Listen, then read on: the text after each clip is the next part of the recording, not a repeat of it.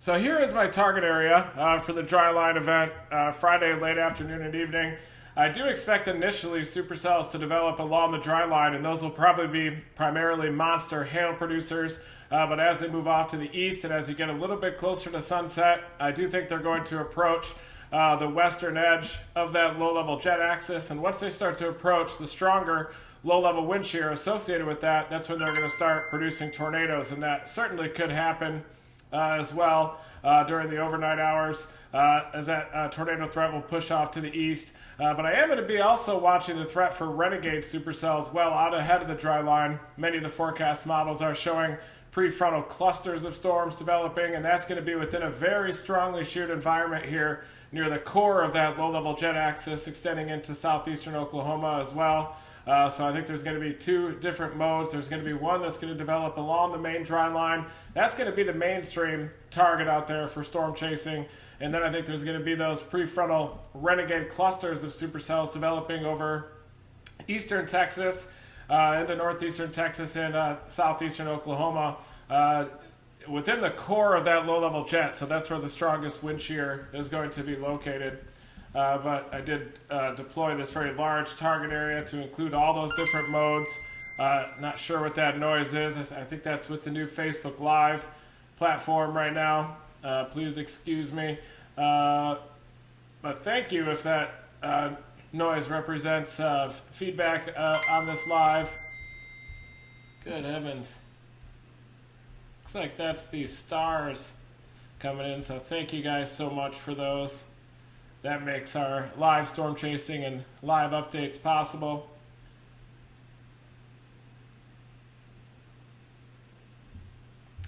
Turn that down. There you go. Should be able to still hear me through this microphone.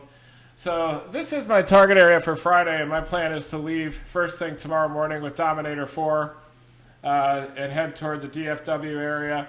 Then during the day on Friday, that's going to be the main chase, Friday afternoon into evening. I'm going to be monitoring the dry line.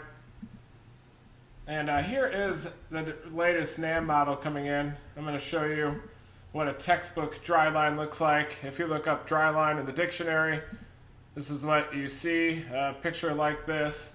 This shows the moist environment, deeper moisture, streaming northward from the western Gulf of Mexico. Dew points approaching 70 there in purple, nosing up toward the DFW Metroplex. This is at 4 p.m. You can see the surface low over the southeastern Texas Panhandle. A pretty strong surface low too, dropping below 998 millibars. You have a synoptic scale warm front lifting up into northern Oklahoma. To the south of that, dew points rise into the 50s and 60s. With the nose of that deeper moisture even nosing into central Oklahoma there. And some deeper moisture right along the immediate dry line as well. But then just ahead of it, including the DFW, you get kind of a gradient of some deeper moisture. The nose of that deeper moisture feeding off to the north. And in general, I'm going to be looking for the nose of that deeper moisture, and that's likely where I'm going to target. Usually those moisture noses this time of year. Still consider this the early season in terms of severe weather. Usually those are associated with greater likelihood for supercells and tornadoes. We targeted that mode on May 4, 2007 back in the day. You could see a nose of moisture streaming northward through western Oklahoma toward that developing towers in the northeastern Texas Panhandle. And that's what led us to drop south and then catch that tornado in Ellis County, Oklahoma on May 4, 2007. And then we looked off to the northwest, and you could see the Greensburg, Kansas supercell starting to mature, also along the nose of that deeper moisture streaming northward. Usually that deeper moisture nose like that is associated with a little bit more of a decoupled boundary layer as well. You can also get some greater low-level shear, a little surge in the low-level jet there. And so the NAM, the regular NAM, is already picking up on one of those moisture noses here, streaming northward just to the east of the dry line. And also the warm front extending out to the east down in the Red River region. I would say just you can see this pocket of east-southeasterly type winds here, and that's located closer to the core of the low-level jet. So this could be one of those setups where all the chasers, including me, target the dry line off to the west into western Oklahoma to the west of DFW, where the greater wind shear is off to the east of those storms, at least initially by late afternoon. And then there's probably going to be some pretty high tornado potential, maybe underestimated tornado potential, with those renegades across East Texas, near the Red River, into southeastern Oklahoma, near the Arklatex, down here near I-20. So definitely going to have to decide. I can already tell right now I'll have to decide between working the dry line, those beautiful, easy to chase supercell storms along the dry line, or do I work the renegades where there's greater wind shear and the greater potential for even a strong tornado or two.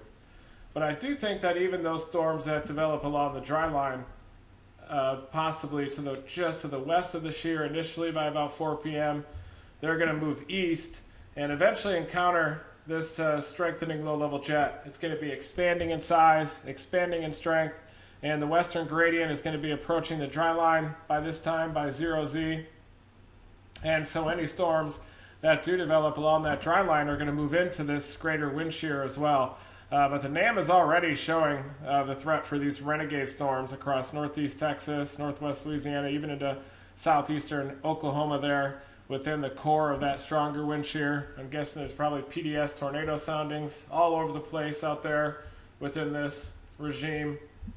And definitely, as you can see, PDS tornado soundings, perfect photograph for tornadoes. The area within that curved photograph and the storm motion vector is proportional to the storm relative felicity. You can see the 1 kilometer wind there in excess of 40 knots out of the due south. A lot of easterlies between the surface and the 1 kilometer layer there with this renegade environment, and very strong mid and upper level shear there. Manageable storm motions to the northeast at 30, and quite a curvature in the low level wind fields there, increasing low level jet. So not surprising that there are PDS tornado soundings around the Arklatex, out ahead of the dry line a bit. But as we get within range of the convective allowing models, we're definitely going to see a mode here that develops along the dry line, with that convergence along the dry line. Southwesterly winds to the west of it, south-southeasterly winds to the east of it, and then this warm frontal zone at the nose of the deeper moisture in the northeastern Texas. Watch out for renegade supercells there, and maybe even the threat of a strong tornado or two that far out. Let's look at the 3 kilometer NAM for fun. And this 3 kilometer NAM shows that moisture nose a lot closer to the dry line than the regular NAM. It also shows supercells developing there along that dry line punch north of the bulge into southwestern Oklahoma, with dew points into the low 60s. And it's pretty incredible the record cold temperatures we're seeing in Oklahoma now, transitioning to a supercell and tornado environment, flipping the switch between late season winter weather and an active peak season for severe weather here across the southern plains. Tuesday and Wednesday looks like another big system coming in, big upper level ski jump in the jet stream.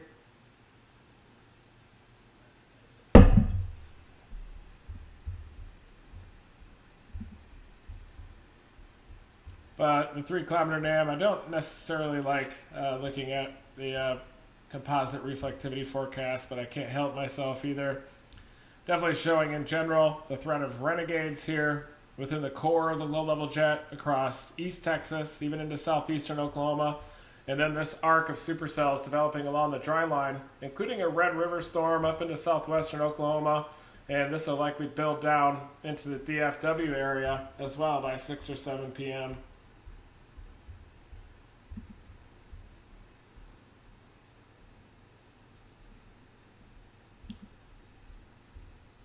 There's the plume of Cape being forecast by the 3 kilometer NAM. This will definitely suggest working that dry line. I mean, you can't not chase an environment like this. You could work the eastern periphery here, out near that warm frontal zone in East Texas, out near the Red River into southeastern Oklahoma. Or you work the clean, warm sector with an elevated mix layer, advecting over those dew points. A good dry line there with supercells initiating first in southwestern Oklahoma, and then building down into North Texas with time. And you'll probably have significant severe weather all the way down to about the bulge, the center of that dry line bulge with this event.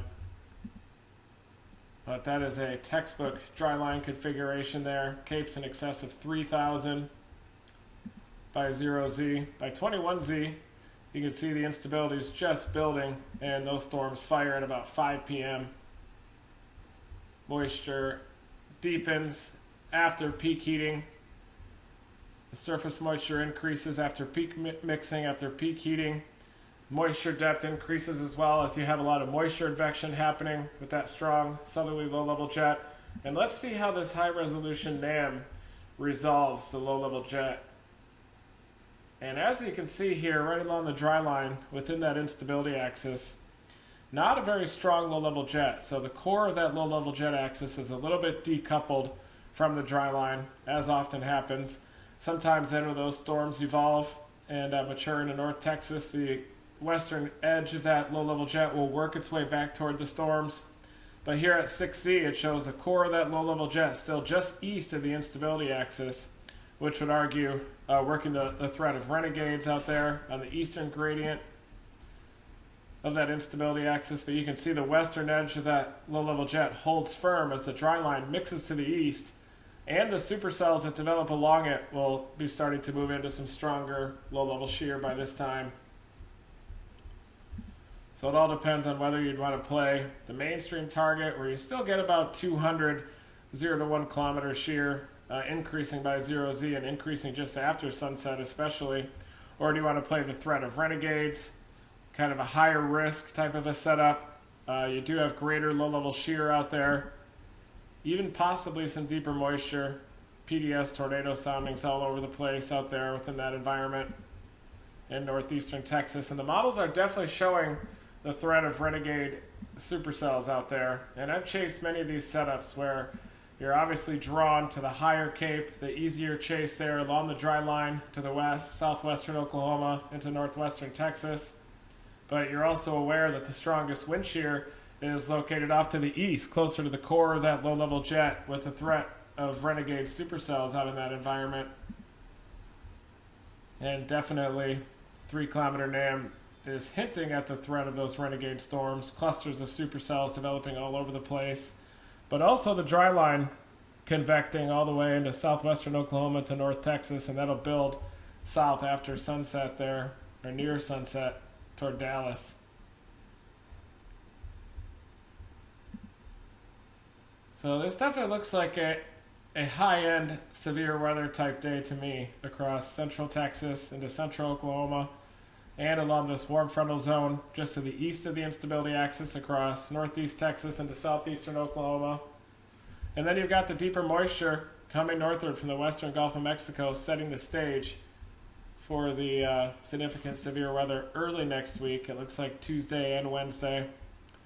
I do have some good news that we're going to be resuming our filming of Category 6, our storm chasing series on National Geographic.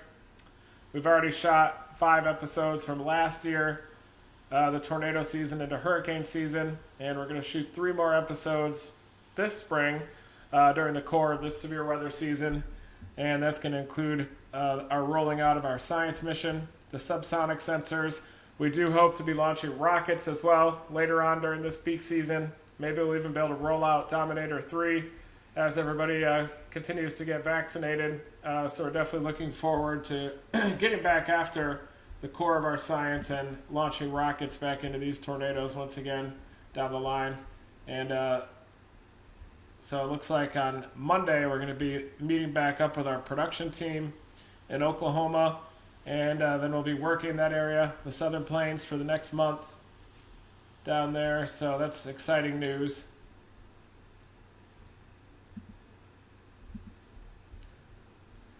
But definitely looking at this, if you want to target the dry line, you'd probably want to target near the Red River area, maybe down near Marietta, down there to the west of Marietta, Waurika, Oklahoma, maybe down toward Vernon, Texas, and just target this 30 to 40 knot south-southwesterly low-level jet there right along the dry line. That's the most favorable low-level shear for tornadoes. Nicely curved photographs there.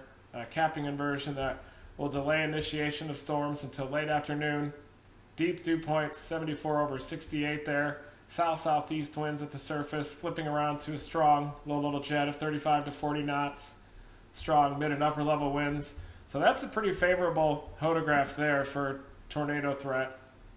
and that's the dry line mode. So it's very reasonable that both areas could see tornadoes. The dry line here, southwestern Oklahoma into central Oklahoma, down into northern Texas, that includes DFW, and also the threat of renegades across northeastern Texas into southeastern Oklahoma, Arklatex, and then overnight across portions of northern Louisiana, even portions of the Mid-South on Friday night. Saturday, looks like more severe weather across southern Mississippi, southern Alabama, Florida Panhandle as well, so I'll be monitoring that closely. But just looking at eyeballing all the parameters here across the target area, you've got in excess of 200 0 to 1 kilometer storm relative helicity, 0 to 3 kilometer shear, in excess of 300 out here available to these storms. This is at 0Z, increasing with time as that low-level jet is going to intensify after sunset. This is that strong low-level wind shear is aided by a low-level jet in excess of 40 knots out of the south-southwest. You've got the north side of a dry line bulge out here. You've got a strong surface low, triple point right near the Red River, moving into far southwestern Oklahoma. A little pop in the low-level jet right in the vicinity of that triple point. The dry line pushes off to the east by this time, and just to the north side of the bulge, where those deeper dew points meet up with the north side of the dry line bulge, is where I'll be targeting likely. Or the renegades in northeastern Texas into southeastern Oklahoma on the northeastern edge of that instability axis. Better wind shear out there, better instability off to the west. So DFW, definitely need to keep an eye out on this setup, as I could certainly see some big problems, hailers, even a tornado threat on Friday evening and the overnight. And look at these 700 winds here, in excess of 40 knots as well along that dry line arc. Also helping to push this dry line east, synoptically force it off to the east. You also have mixing of that dry line to the east. Gives it that bulging appearance here. But definitely the nose of the deeper moisture, just to the north side of that dry line bulge, right to the south or near that surface low, is likely where the greatest tornado threat will evolve with the dry line mode of storms. And then you've also got these renegades further east. 700 winds in excess of 30 knots out there. Big plume of strong mid-level winds through the warm sector. A little bit weaker in the southwestern Oklahoma side near the core of that jet on the north side of that arc of supercells. But even better shear just a little bit south from the Red River down toward DFW. 500 winds increased dramatically up near 50 knots.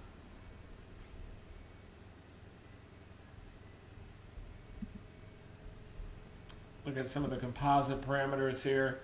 0 to 1 kilometer EHI is through the roof with the 0 to 3 kilometer NAM, with the 3 kilometer NAM, in excess of 4.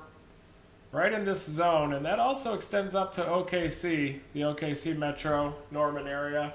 Definitely do have a strong co-location of that surface-based instability and low-level shear there as well. Definitely something to watch, OKC, Friday evening. And you're going to have rapidly elongating photographs as well after sunset. So it is pretty incredible that you're going from record-breaking cold to a tornado threat within 48 hours here. But that's what happens in the Southern Plains. That's why I went there to study meteorology and chase tornadoes.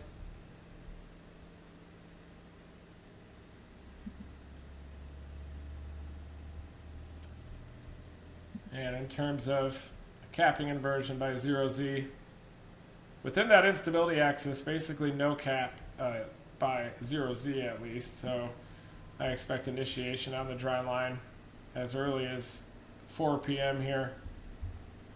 And the presence of no cap off to the east is why the models bring about all those renegade storms within the warm frontal zone. So that'll also be something to watch as we move closer to this event. East Texas warm frontal zone is likely to go nuts with a tornado threat out there as well. PDS tornado soundings all over the place with those southeasterly surface winds flipping around to southwesterly, and very strong upper level winds in the upper troposphere. in excess of 100 knots up there. So this is a big event. I could see this thing going moderate risk even. Definitely a significant severe weather day expected on Friday.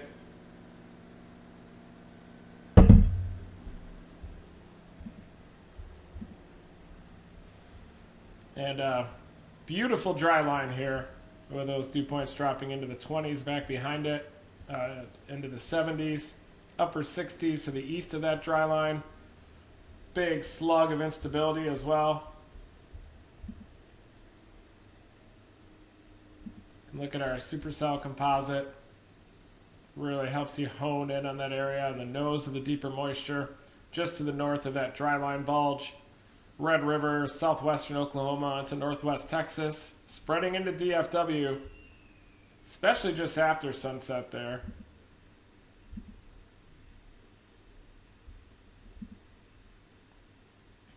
Look at that increase as you go toward 3Z just after sunset. Southern Oklahoma, locations like Ardmore, Thackerville, north central Texas. All of those areas will need to keep a close eye on Friday evening, Friday overnight.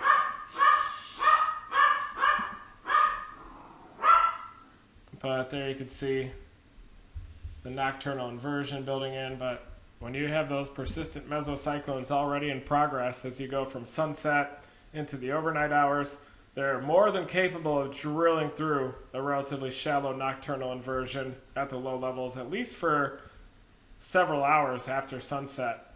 And I think that's going to be one of those types of events climatologically here in North Texas into southern Oklahoma that often happens in the overnight hours when you get a lot of surface-based convective inhibition being analyzed and you still get tornadic storms causing big problems out there. May 9, 2006 is an event that comes to mind. And then in the overnight hours, off to the east, that threat's going to push to the east as well. The Arklatex, central northern Louisiana, southern Mississippi, and that's kind of setting the stage for Saturday afternoon severe weather across the deep south, even up into central Alabama. Even though you do have some veered out shear profiles out there off to the east, I still think there are going to be tornadoes. In fact, look at that supercell composite there on Saturday afternoon. Eastern Alabama, central southern Georgia. That's going to be a big tornado producing day as well. Look at that elevated mix layer there being indicated by the NAM model. South-southwest surface winds, but very strong speed shear, creating a very curved topograph, 1 kilometer wind in excess of 50 knots there. Fast storm motions on Saturday, 50 knot type storm motions across this zone. That includes central Alabama, central Georgia, even the Atlanta area. Large swath of the Florida Panhandle, southwestern Georgia there, eastern Alabama. So the NAM is definitely starting to show an uptick in the severe weather potential as well on Saturday afternoon, early afternoon. So this could be a late morning into early to mid-afternoon type of an event. 70 knot low-level jet overhead. My mom's house here as well. Big low-level jet surging across the Carolinas, probably over top a little bit of a stable layer.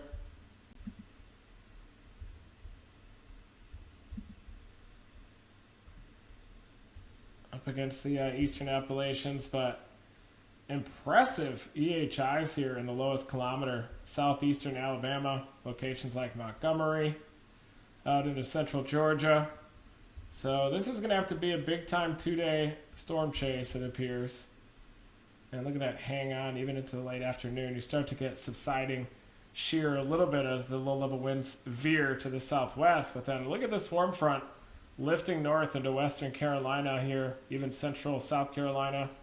Definitely could be a tornado potential here Saturday afternoon where I am right now. So I'll probably have to chase this event across northeastern Texas, North Texas dry line, blast east all night, and then work this environment across southeastern Alabama, central Georgia, maybe even into upstate Carolina by Saturday evening.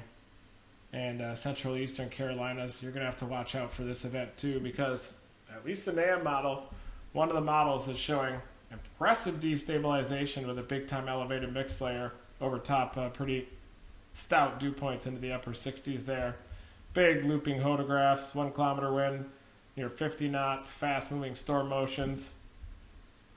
So I think that there could be a little miniature tornado outbreak here Saturday morning, and it could be some Saturday morning tornadoes across central southern Mississippi, Louisiana, southern Alabama, coastal Alabama, including Mobile, Florida Panhandle definitely could be under the gun.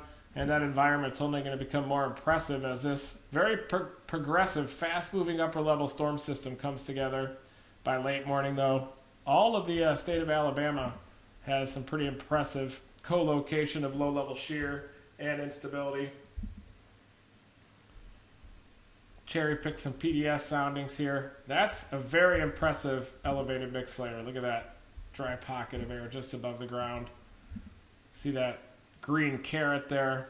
That's a dry slot coming up just above the ground. And anytime you see a big time elevated mix layer like this far east in the eastern U.S., that's usually sets the stage for big problems, big time severe weather, big tornadoes out there, steep lapse rates, or the rate at which temperature decreases with height in the atmosphere. That's the red line. And also you've got a lot of shear, strong low level shear, impressive speed shear, big time bulk shear out there. So I'm seeing a big time 2-day severe weather event Friday into Saturday, and this is all ahead of a very active week expected next week as well. Tuesday and Wednesday could be big time severe weather days as a substantial trough is going to eject as well. It could be a multi-state tornado outbreak. So I know a lot of chasers have been saying that April looks pretty dead in terms of severe weather, but this is definitely Mother Nature's way of showing how you can just flip a switch from an anomalously cold, relatively stable pattern and open the floodgates, open up the gates to the Gulf of Mexico, deep moisture, storm system, and then all the ingredients can rapidly come together for outbreaks of tornadoes. And then the atmosphere definitely has a very unique way of making up for lost time in terms of tornadoes, hurricanes, other storms that are important for transporting heat aloft into the atmosphere and from the equator to the poles. And I think we're going to see a big severe uptick in severe weather to close out the month of April here. And I'm going to be chasing it. I'm going to be heading toward northeast Texas, working that dry line, and then going all day, all night on I-20 East, and then chasing the south central U.S. on Saturday, unless there's a dramatic change in the models. The 12Z GFS is just coming in. Oh, the ECMWF is certainly on board with next week happening. But I definitely like to live within about the 3 to 4 day range, even though, just like everybody, I like to look at the long range too and kind of loosely map out my strategy.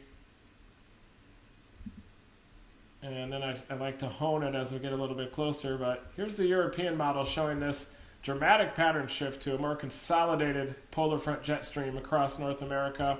And you can see we're definitely starting to shift toward a large-scale western U.S. trough as we go into early next week. Look at this thing bottoming out. And you remember yesterday we were talking about how this pattern is going to continue to trend stronger, more amplified with time. And that's exactly what's happening. So this is likely setting the stage for a big southern plains outbreak of tornadoes on Tuesday. Kansas, Oklahoma, Texas, areas to the east of that on the 28th. On Wednesday, this is Monday, big ski jump cutting into the southern Rockies there. And watch as we go 24 hours in advance. Rapid ski jump ejection across the central and southern plains. This will probably be a lot cleaner of an ejection, even a more compact of a low, more of a bowling ball here just to the west of the apex of that ski jump. And look at that low-level jet across the southern plains. Looks like we could just have a textbook southern plains tornado event here, at least if the last night's European is accurate. The GFS shows a bit more of a progressive solution. Last night, That's an odd GFS run.